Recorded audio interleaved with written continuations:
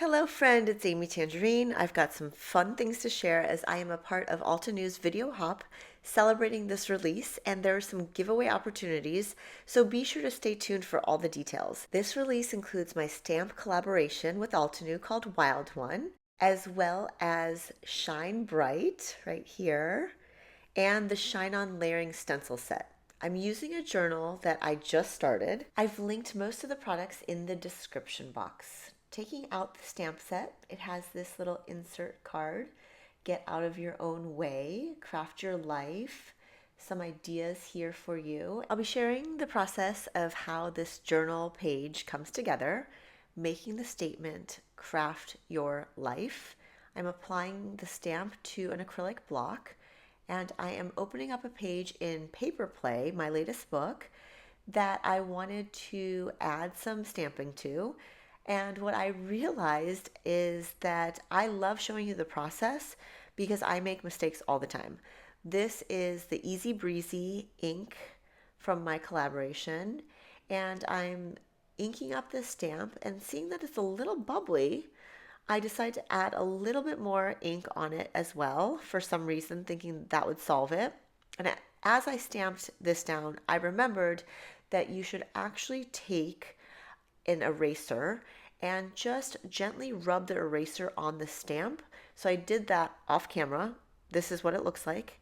It actually preps and primes the stamp. I don't know the science behind it. I just know that a long time ago, I think Jennifer McGuire or Christina Werner showed in a video that you should do this. So I remembered to do it, and here I chose a different page from Paper Play to stamp this onto. Now I had a vision that you would take pages and tear them apart, and I love encouraging you to do that. I know it's not intuitive for many people to tear pages out of a book, but I wanted to normalize it and give you permission to do that. There is something so releasing about it. I'm placing it here just to get an idea of where I think positioning will be, and then I have messaging that I want to include on this page. I'm going to take this sentiment and apply it to the acrylic block. But one key thing that I want to do before I apply the black ink is I want to mask off with any washi tape or masking tape that you have. And I just grab this. The portion that I don't want actually getting inked and getting stamped into my book.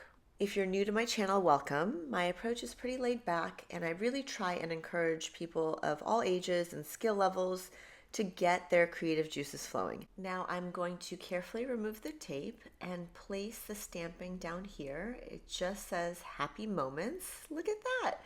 Turned out great. Now I'm going to take the Shine Bright stamp set, and let's check out this little insert. Cute. Nice to have that reminder. You are beautiful, and the best is yet to come.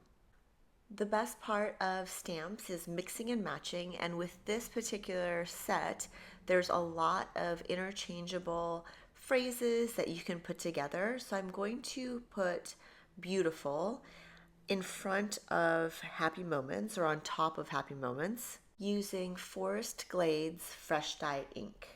What does the phrase craft your life mean to you? Let me know in the comments, as I would love to hear. Ooh, I love how beautiful it turned out. I would love to hear, and you can also read and encourage the others who might share some of the same sentiments of what craft your life means. To me, crafting your life is not about being perfect, right? Creativity is not about being perfect. I'm going to take this little thing here. I'm going to show you that scrap. I have an idea for it. I'm taking these dies from the Nature Splashes add-on die set. Because I love using scraps and envisioning what it would look like, trying not to waste anything, I'm tearing it here, sandwiching the die inside and running it through this awesome little machine. I think I was saying before that creativity is not about being perfect.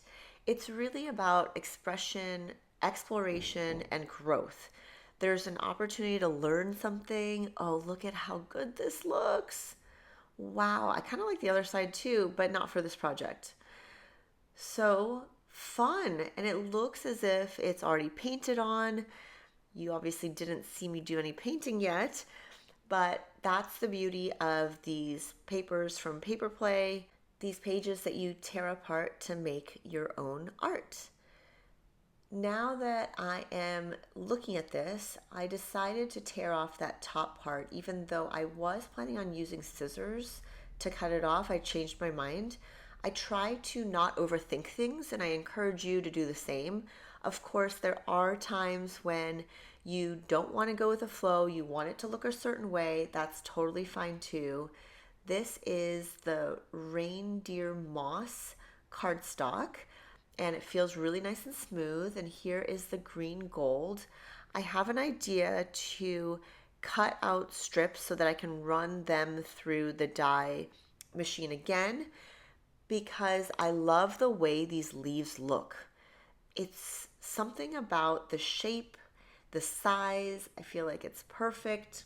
Sandwiching the die on top of the paper once again and running it through the machine.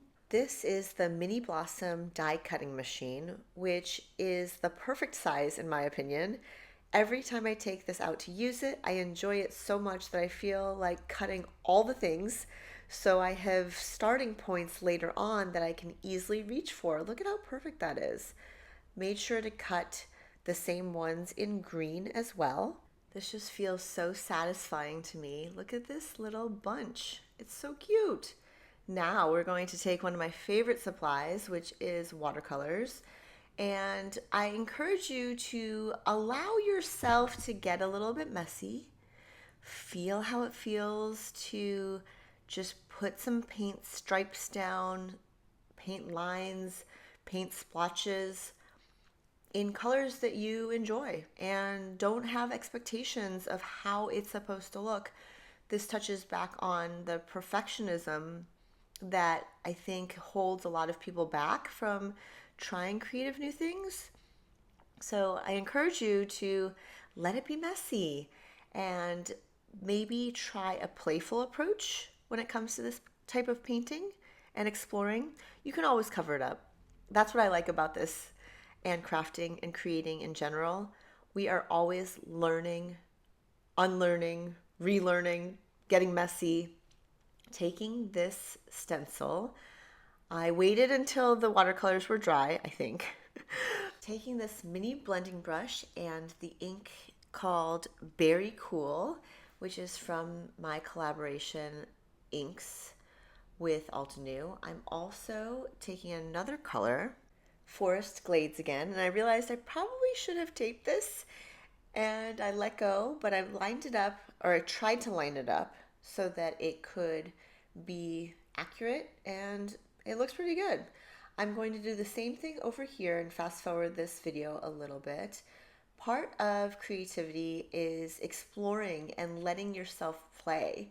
So I encourage you to do that. I've added some glue to the back of the sheet because I'm finally ready to commit to placing this down and rubbing it on so that it stays in place.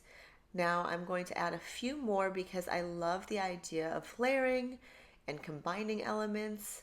And sorry the table is shaking. We're going to do one more up here to make it feel a little bit more cohesive.